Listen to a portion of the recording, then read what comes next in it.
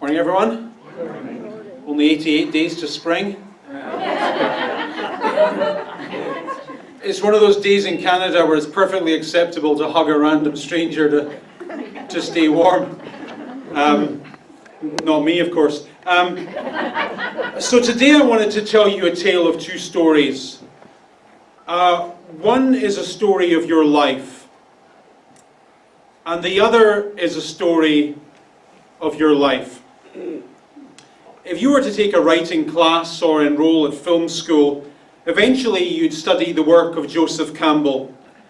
Campbell was a professor of comparative mythology, so he spent his life studying stories from ancient Egypt, ancient Greece, ancient Rome, ancient Mesopotamia, ancient China, all of that. And he would look for points of connection between these stories. And what Campbell discovered was that all stories from all across the world are essentially the same. His major thesis, that was eventually accepted by George Lucas and Steven Spielberg and everyone else, was that there is one monomyth, there is one story in the world.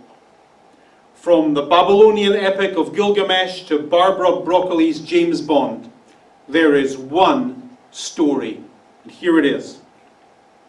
A story is about a hero who wants something and who overcomes conflict to get it. That's what a story is.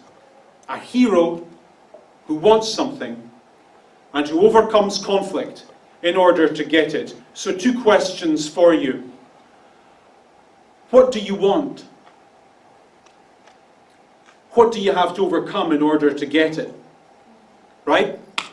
Last day of the year. Tomorrow morning, it's a brand new day, a brand new year. It's that time of the year where you think about your life and what you might like and what you might want. So here's the questions for you. What do you want? And what do you have to overcome to get what you want? While you're thinking about that, I want to tell you a sad story. And the Bible has plenty of those. Stories like The Sopranos, where the heroes are anti-heroes whom you're not meant to like. The Bible's got that. Stories like Leaving Las Vegas that end pathetically and in tragedy. There's plenty of that in the Bible. Stories like American Beauty that are cautionary tales designed to disturb you. There's plenty of that in the Bible. This morning's sad story comes from the 4th book of the Hebrew Torah, the book of Numbers, which says, "The Lord spoke to Moses and said to him, 'Send some men to explore the land of Canaan, which I am giving to the Israelites. From each tribe send one of the leaders.'" So the best way to think about this episode is in terms of a trilogy of films. And this particular sentence is the opening scene in the second movie in the trilogy. The first movie started out badly. In the first movie, the people of Israel were living as slaves in Egypt, building pyramids for Ramesses, temples for Anubis, lifting heavy things in the North African sun. It was awful. And then a hero came along, Moses, and like all heroes, he wanted something. He wanted to take his people out of slavery to the promised land. And like all good stories, he had to overcome something in order to get what he wanted. So he had to overcome the objections of Pharaoh. He had to outsmart Pharaoh's army and cross the Red Sea, all that stuff. And then the last scene of the first movie ended in a place called Kadesh Barnea, where the promised land was stretching before Moses and all the people. And it was amazing. So it was like the last scene in the Hobbit movie, where the dwarves see Aragorn before them and they know they're close. It was a happy, hopeful ending. And now this sentence on the screen is the opening scene in the second part of the trilogy. And the key word in the sentence, repeated twice for emphasis, is send. This is what storytellers call the inciting incident. In every single story, something always happens in the life of the hero that takes them from an ordinary life to a life of adventure, to a life of opportunity, to something different. So for example, Gandalf and the dwarves visit Bilbo, all of a sudden his life is different. A girl collects scrap metal in the desert on a planet called Jakanu or something, and she finds a droid buried in the sand. All of a sudden, her life is very different.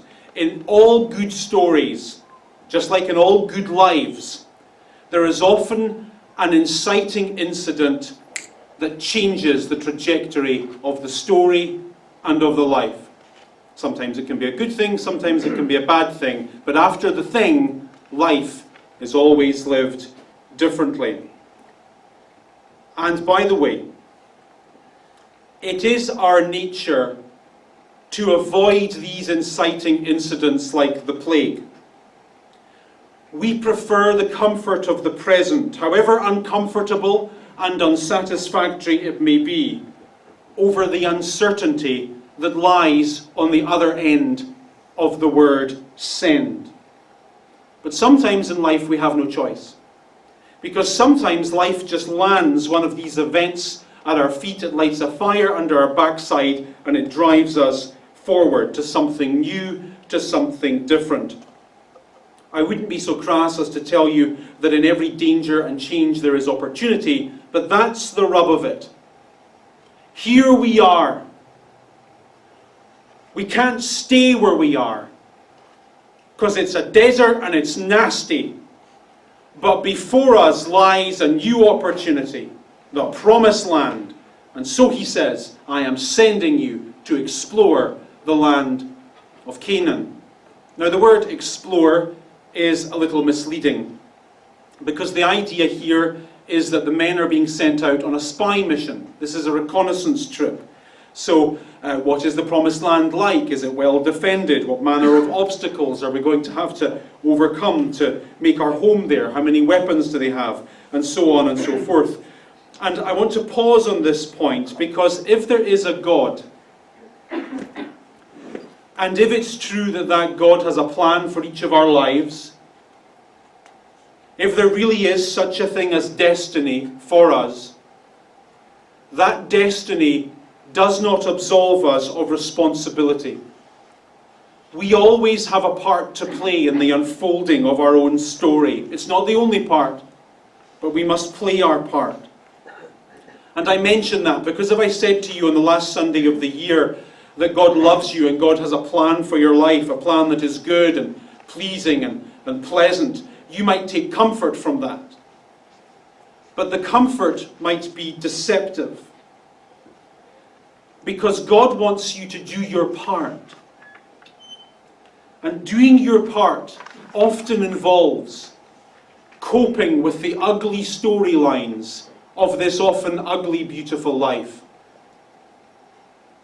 Living your story sometimes involves, of necessity, getting past things like betrayal and pain and setbacks and disappointments and defeats and tragedies and changes that you don't embrace. And you can't stay there. You've got to embrace the word send and move past those obstacles to get where you want to be.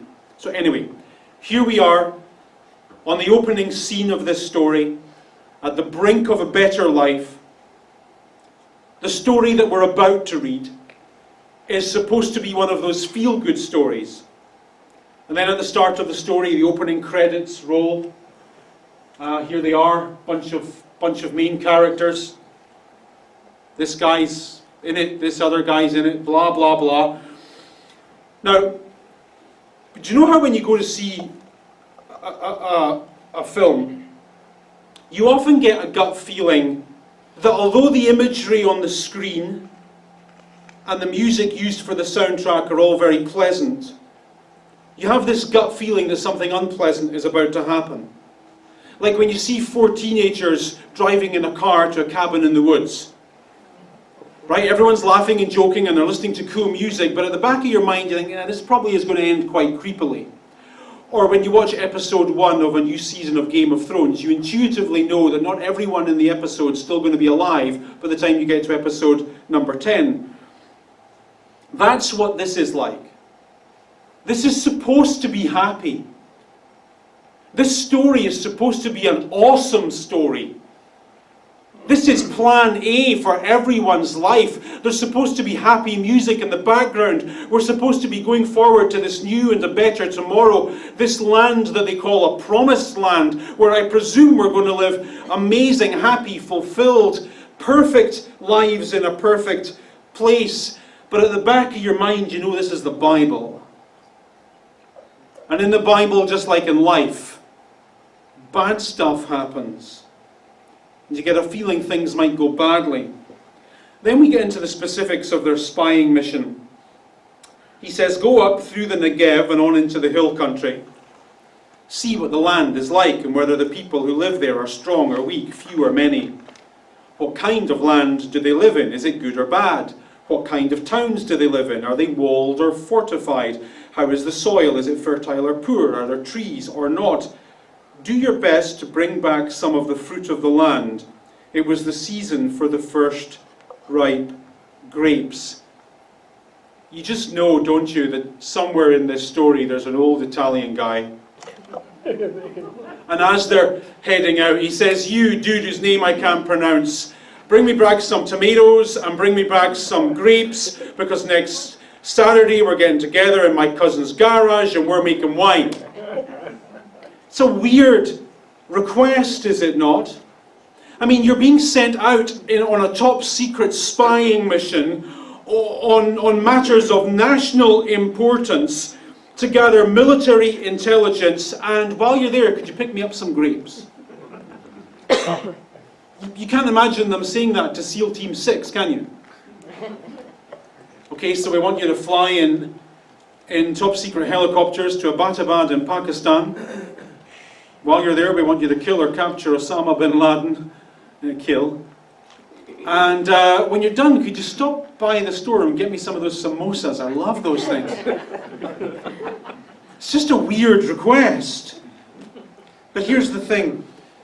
In ancient stories, grapes are used always as symbols of prosperity and happiness. So you've heard probably of the cornucopia, the horn of plenty. Here in this image you can see a carving of Zeus. And you'll notice Zeus has a horn, and you'll notice that coming out of the horn there is fruit. In ancient economies dominated by agriculture, fruit was everything. So when this man in the story says, after your spying mission is over, bring us back some fruit, what he's saying is, let's see how good the land is. Give us a picture of how amazing our lives can be, of how happy and healthy and prosperous we can be tomorrow. Give us a picture of that. And we often do the same thing in our fantasies, especially at this time of the year. Every now and again we get a feeling that we could be, and probably should be, doing a whole lot better than we presently are. And we entertain those thoughts sometimes. Why, this time next year we could be out of debt.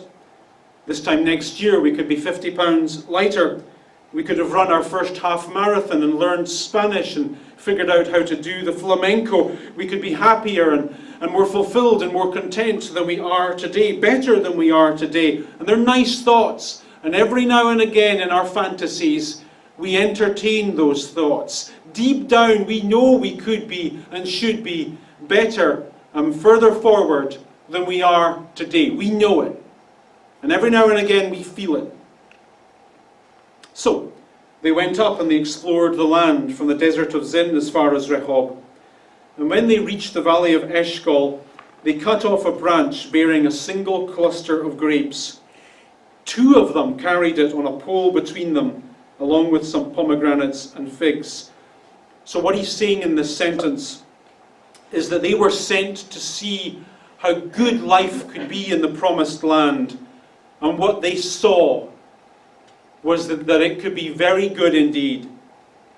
In a culture that uses fruit as a symbolism for health and wealth and prosperity, the fruit was so big that it took 2 soldiers to carry a bunch of grapes. Can you imagine the watermelons?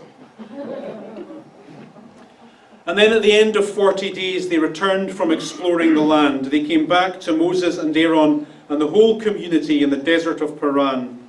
And there they reported to them and the whole assembly and showed them the fruit of the land. They gave Moses this account.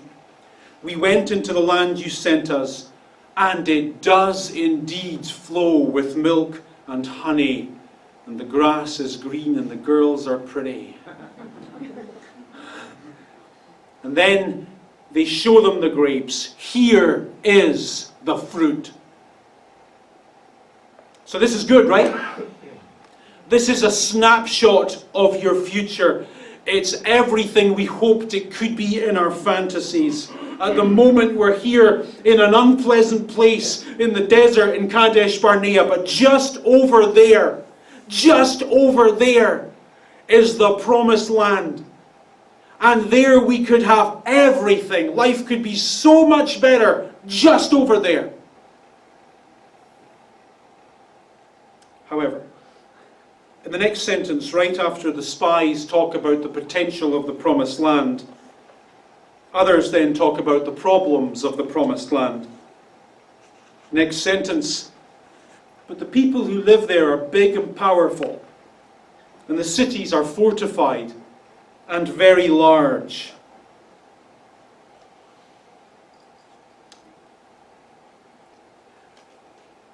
The reason I said a moment ago that I wanted to talk to you today about two stories, one is a story of your life and the other is a story of your life, is because sometimes I think we live the wrong story. One of our stories is amazing, the other is not. And here's the thing, and you dare not disagree with me. One is no less plausible than the other.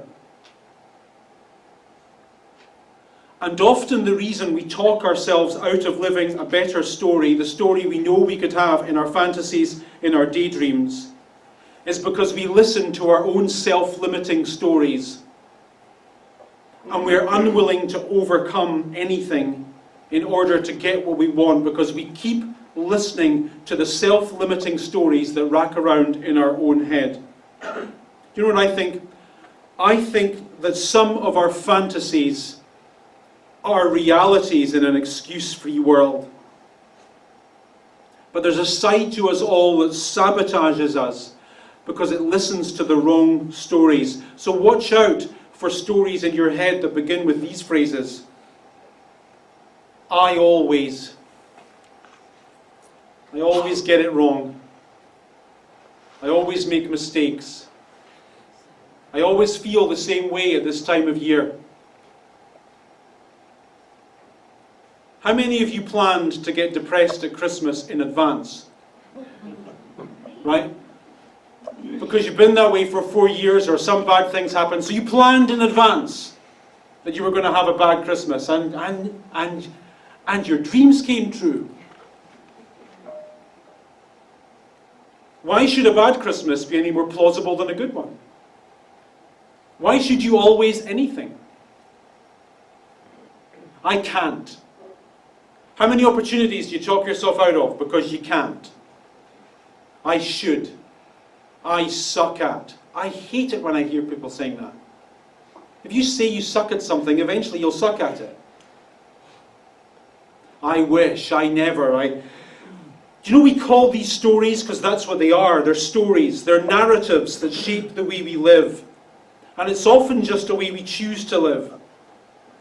The fact is, it's just as easy to say you can as it is to say you can't.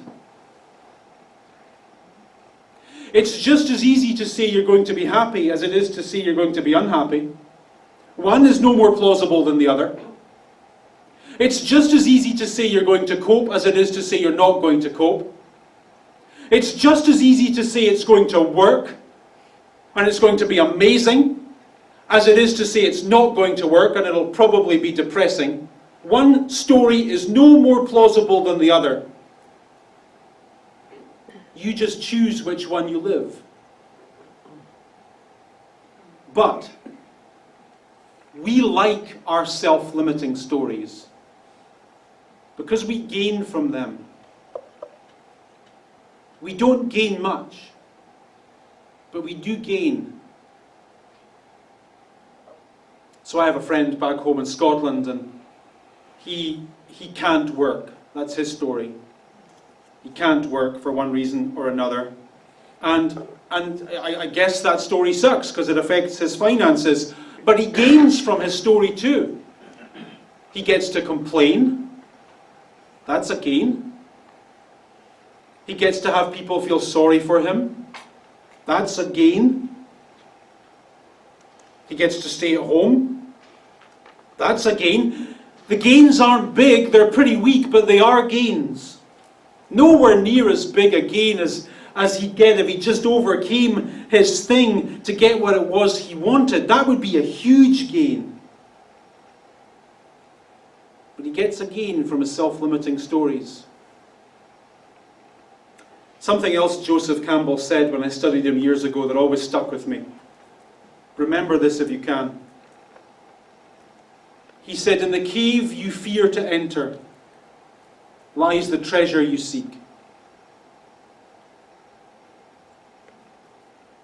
In the cave you fear to enter lies the treasure you seek. But so often we get stuck in our own self-limiting stories that we never get past our fear-fueled excuses, right? The promised land, it's just over there. And we could have great lives if we lived there. And I know that we should sharpen our swords and saddle our horses and ride merrily into a better tomorrow and overcome whatever it is we have to overcome to make all that come true. But the people who live there are big. And they're powerful. And at this point you want to step into the story and grab someone and shake them and say, of course they're big and powerful. That's why this is a good story. It wouldn't be much of a story if they were small and weak. Who wants to read that story? I mean, the reason Jaws worked as a story is because Jaws was a big shark. I'm not sure the movie would have worked quite as well if Jaws was a goldfish.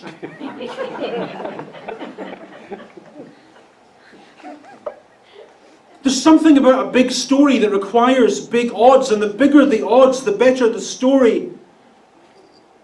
But too often in the story of your life, you allow big odds and small to hold you back. When you think about the something that you want, too easily you immediately qualify it with a series of reasons why you're never going to get it.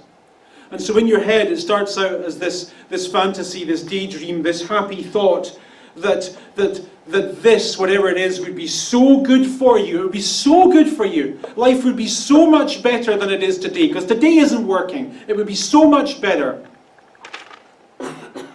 But then you remind yourself that you're not clever enough. And you're not good at that sort of thing. And it would be too difficult. Of course it would be difficult. We're talking about the story of your life, the only one you'll ever have. And would a little bit of difficulty not be a price worth paying so you could live the story you want to live? Is that too much to ask of yourself? So anyway, the spies come back with their grapes and whatever, and they're massive, and everyone's happy about the big grapes. And then they kill the buzz by saying the people who live there are big and powerful, and it's too big, so we should probably just not do it and stay here in the desert. And it's not great, but at least we'll get to complain about the sand in our sandwiches. Next sentence. Then Caleb. So this is the hero of the story. This is the Bruce Willis, the Clint Eastwood. This is the big man who's not going to allow his life to be defined by big problems. He silenced the people before Moses and said, "Dude, we should totally go and take possession of the land. We can absolutely do this." Is that any less plausible than the guys who spoke about the problems before? Of course not. Now I love this sentence because of the rapid use of verbs within it. We should go, he says. We should take, he says. We should do, he says. This isn't a man who wants to waste life on feasibility studies. This is a man who understands that there's a better life, his for the taking. One of the values of our church is that we approach opportunity with a just do it mentality. Life, we believe, is too short and too fragile. And we should make the most of every opportunity we can while we can, and not live a half-life just because things are difficult. Why not approach 2018? And this is slightly cheeky, but why not approach 2018 and just see what you can get away with? Just see what you can get away with.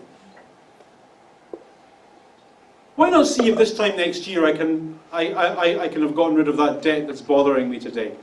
Why not? Why not see if this time next year I can have run a 10k in less than 50 minutes? Why not?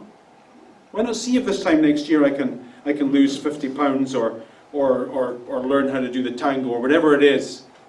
Why not? Just see what you can get away with. You never know. But there's always people who succumb to the difficulties and get stuck in them. So in the next sentence we read that some of the men who went up with him said, "We can't." Beautiful sentence. We can't. Oh, well, I guess you're right then. If you think you can't, well, you can't. They're stronger than we are. So here we have, I think, one of those quite pathetic moments in a story where the protagonists succumb to the difficulties of their environment. And stories like that don't work, and lives like that don't work either. I mean, if Bruce Wayne had said, "You know what, I really hate the fact that Gotham City has got too many criminals in it, but there's nothing I can do about it," I'm pretty sure I'd never have gone to see a single Batman movie. I don't think The Magnificent Seven would have worked if The Magnificent Seven had said, "Those Mexican gangsters are too much for us." I wouldn't have bothered to stay up late to watch that film. A person who surrenders to the difficulties, who's unwilling to face the odds, however overwhelming they may seem, is not a person who lives an interesting story. And it's such a waste. So in the next sentence we're told that they spread among the Israelites a bad report about the land they'd explored. They said, "The land devours those living in it. All the people we saw there were of a great size. We saw Nephilim there, giants. We were like grasshoppers in our own eyes and looked the same to them." Have you noticed in life that cowardice loves company? People who say a thing cannot be done have a need to persuade others why it cannot be done, because it makes them feel better about their lack of resolve. And the sadness of this story is that at the start of it, God had said to the characters in it, "This is the part I want you to play. This story is going to be a good one. It's going to end up with you living in a land of milk and honey, and you're going to get all of the things that you've always wanted to get in this life." And by the end of the story, those same people are saying, "We can't do this. We're not right for this part. It's too big, it's too difficult, it's too much, it's too cumbersome." And so they exaggerate. Notice what they do in this sentence. They exaggerate their problems. We go from, "It might be difficult because there's cities with walls," to "The land devours us. There are giants who live there. We're just one step away from dragons, zombies." And have you noticed how you do this in your own life too? You get a snapshot of something that would make your life so much better, then you talk yourself out of it with your "I can't" sentences, and "I always" sentences, and "I'll never" sentences, and then you immediately begin to exaggerate and overstate all of the problems you face. And it's all in your head. There's no reason why you can't do it. Then in the next chapter we read that that night all the members of the community raised their voices and cried.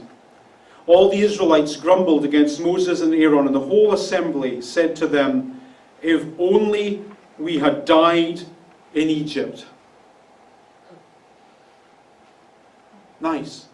And that's how the story ends. It ends in sadness. And the sadness is all the more acute because this wasn't meant to be a sad story. This was meant to be a story in which a group of people wanted something, and they overcame obstacles in order to get what it was they wanted, and they didn't. And I think that oftentimes the saddest stories in our lives are the stories we never get to read. For sure, we sometimes regret the things we do, and rightly so, but our most profound regrets at the end are often of the things we didn't do, of the places we didn't see, of the opportunities we didn't grasp, of the happinesses we didn't permit ourselves. Our worst regrets at the end of our stories are of things not done, not of things done.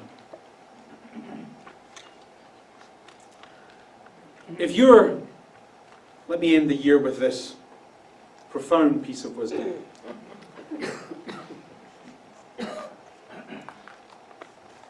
If you're serious about changing your life and making it better, you'll find a way. And if not, you'll find an excuse. So you're covered. You'll either find a way or you'll find an excuse. Now, get your head around this. Right now, at this very moment, people in this world are living your dream life.